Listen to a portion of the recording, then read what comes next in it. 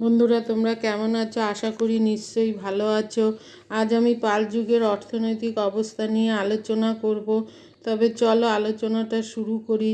পাল যুগের ভূমিপট্টলিগুলি পরীক্ষা করলে ভূমি আর ভূমির হতে কি উৎপাদন হতো তা মোটামুটি জানা যায়।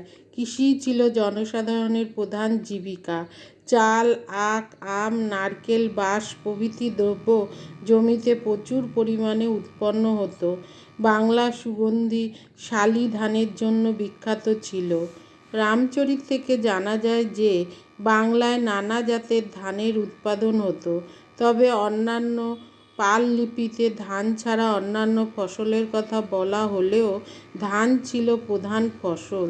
দেবপালের মুঙ্গের লিপি থেকে জানা যায় যে তার দান করা জমিতে আম ও পুকুরে মাছ উৎপাদিত হতো। নারায়ণ পালের ইরোদা লিপি থেকে জানা যায় যে জমি থেকে লবণ উৎপাদনও হতো। দক্ষিণ মেদিনীপুরের দাঁতন তৎকালীন দণ্ডভুক্তি সমুদ্রের জল থেকে লবণ তৈরির জন্য প্রসিদ্ধ ছিল। উত্তর বাংলায় বিখ্যাত পুন্ড্রি আখের উৎপাদন হতো। এই আখের চিনি খুবই উৎকৃষ্ট ছিল। এছাড়া কাঁঠাল, খেজুর, পান, চাল, কলা প্রভৃতি প্রভূত পরিমাণে উৎপন্ন হতো। এছাড়া লবঙ্গ, দারচিনি, সুপারি, লঙ্কার চাষ হতো। বাংলায় উচ্চমানের তুলা উৎপাদিত হতো। ভিনিসীয় পর্যটক মার্কো পোলো বাংলায় উচ্চমানের তুলার কথা বলেছেন। চর্যাপদে বাংলার তুলা চাষের কথা উল্লেখ আছে। বাংলায় রেশমের উৎপাদন হতো। চর্যাপদে রেশমের গুটিপোকার উল্লেখ আছে।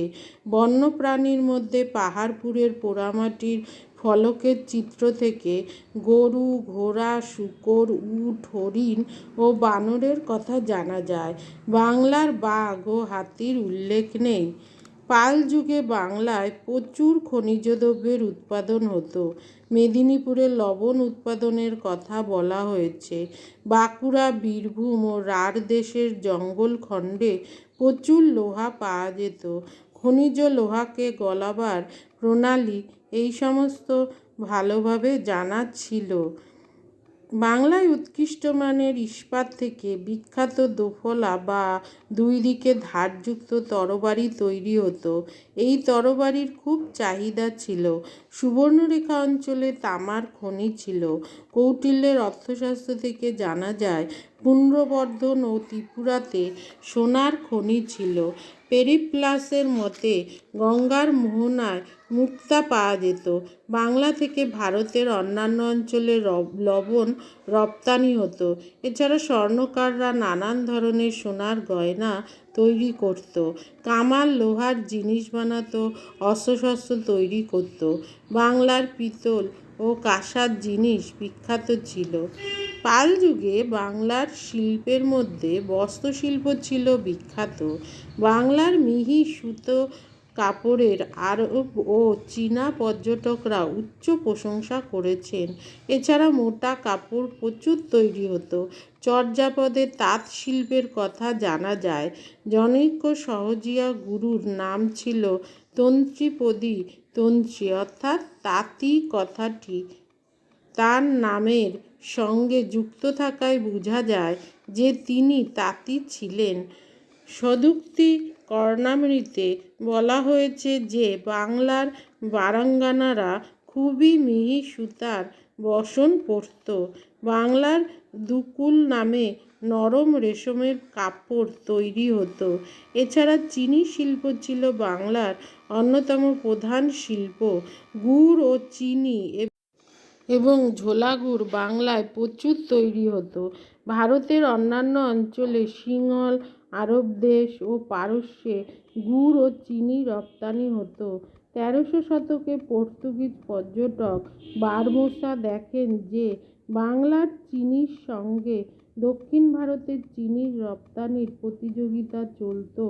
কুমোর মাটির জিনিস তৈরি করত, ছুতোর কাঠের জিনিস তৈরি করত। ঘর বাড়ি, মন্দির, পালকি, গরুর গাড়ি, নৌকার জন্য কাঠের কাজের খুব চাহিদা ছিল। বাংলার জাহাজ নির্মাণ শিল্প ছিল বিখ্যাত। বাংলায় নৌবিল নৌবিতান, নৌঘাট প্রভৃতি কথার ব্যাপক ব্যবহার থেকে নৌশিল্পের ইঙ্গিত পাওয়া যায়। পাল সেন যুগে বাংলার বাণিজ্য সম্ভবত খুব সচ্ছল ছিল না। এই যুগে স্বর্ণমুদ্রার চলন ছিল না। পাল সম্রাটরা রূপা ও তামার মুদ্রা চালু করলেও এই মুদ্রার সংখ্যা বেশি ছিল না। ফলে বাণিজ্য ও আদান প্রদানে বাধা দেখা দেয়ার স্বাভাবিক ছিল। মুদ্রার অভাবে লোকে কড়ি ব্যবহার করত। ধর্মপালের দ্রাক্ষমা নামে রৌপ্যমুদ্রার কথা জানা যায়, কিন্তু এই মুদ্রায় খাদের পরিমাণ ছিল বেশি। সেন যুগে রৌপ্যমুদ্রা লোপ পায়। ডক্টর নিহার রঞ্জনের মতে এখনও পর্যন্ত পাল সেন যুগের একটিও স্বর্ণমুদ্রা পাওয়া যায়নি। কর্ষোদ্যোগ পুরাণ নামে খুবই নিম্নমানের মুদ্রা ছিল। মুদ্রার অভাবে বাণিজ্যের অবনতি হয়। মুদ্রা সংকট ও রাজনৈতিক অনিশ্চয়তার জন্য পাল সেন যুগে বাংলার বহির্বাণিজ্য হ্রাস পেতে থাকে। উত্তর ভারতে তুর্কি আক্রমণও ছিল এই বাণিজ্য নষ্ট হওয়ার একটি প্রধান কারণ। তাছাড়া বাংলার বাইরে থেকে রূপা আমদানি কমে গেলে মুদ্রা সংকট এবং তার দরুন বাণিজ্যে ঘাটতি দেখা দেয়। এজন্যই পাল যুগের মুদ্রায় খাদের ভাগ বেশি দেখা যায়। তাছাড়া আরব বণিকরা সমুদ্রপথে আধিপত্য দ্বারা বাংলার বহির্বাণিজ্য গ্রাস করে। অষ্টম শতকে ভারত মহাসাগরে ও বঙ্গোপসাগরে আরব নাবিকরা আসতে থাকে। বাংলার সপ্তডিঙা মধুকর আর পণ্য নিয়ে সমুদ্র যেতে পারে নাই। ডক্টর নিহার রঞ্জন রায়ের মতে আরব আক্রমণের কোনো নির্দিষ্ট প্রকাশ না থাকলেও সকল ঘটনার পরিপ্রেক্ষিতে একথা সত্য বলে মেনে নেওয়া যেতে পারে। সমাজ কৃষিনির্ভর হয়ে পড়ে। শ্রেষ্ঠী প্রভৃতি শ্রেণী তাদের প্রভাব হারিয়ে ফেলে। কৃষিপ্রধান সমাজে ভূমি ব্যবস্থাই ছিল অর্থনীতির প্রধান ভিত্তি। পাল যুগের ভূমিপট্টলিগুলিতে তার পরিচয় পাওয়া যায়।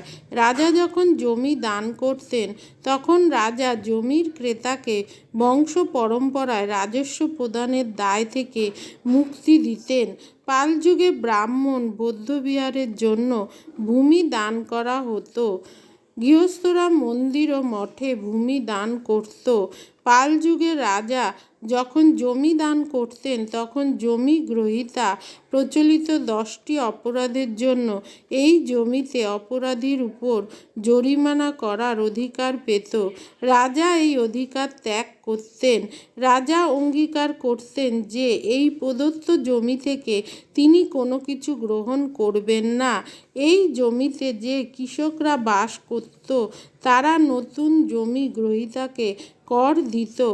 ভাগ ভোগ কর বা উৎপন্ন ফসলের 1/6 ভাগ রাজা ত্যাগ করতেন। এই কর দ্রব্যের মাধ্যমে দেয়া যেত। হিরণ্য কর নগদে, প্রত্যয় বা অন্যান্য কর দ্রব্যে দেয়া হতো।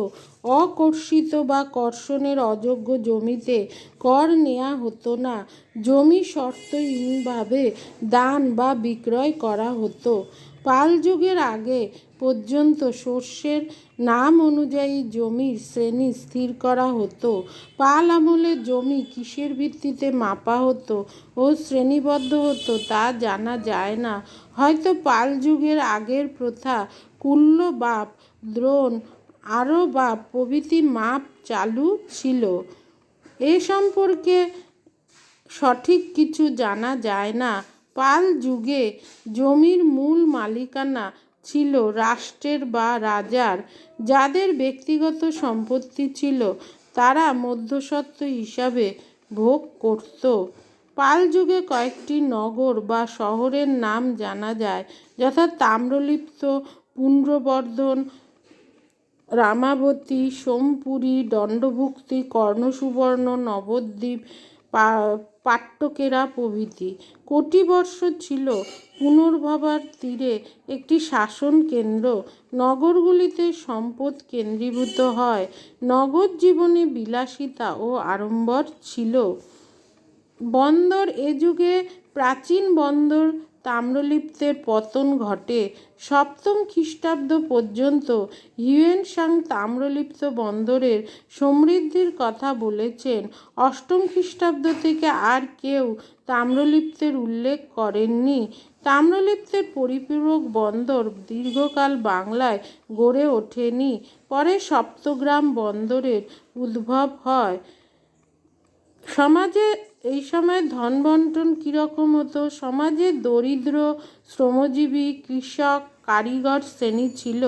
তারা অর্থহীন বলে দরিদ্র শ্রেণী হিসাবে কায়ক্লেশে দিন কাটাত। পাশাপাশি উচ্চ শ্রেণীর লোকেরা সমৃদ্ধি ও স্বাচ্ছন্দ্য ভোগ করত। সামন্ততান্ত্রিক সমাজের নিয়ম অনুযায়ী সামন্তরাই সমাজের অর্থ ও সমৃদ্ধি ভোগ করে স্ফীত হতে থাকে। সমকালীন সাহিত্যে এই অবস্থার ছায়া দেখা যায়। উচ্চ শ্রেণীর বিলাস বৈভবের কথা সদুক্তি কর্ণামৃত উদয় সুন্দরী কথায় পাওয়া যায়। এর ফলে কৃষকদের উপর শোষণ বাড়ে। সাধারণ লোকে ছিন্ন বস্ত্র ও ভগ্ন কুটিরে বাস করত বলে সমকালীন সাহিত্যে উল্লেখ আছে। আজ আসি, দেখা হচ্ছে পরবর্তী ভিডিওতে। চ্যানেলটা অবশ্যই সাবস্ক্রাইব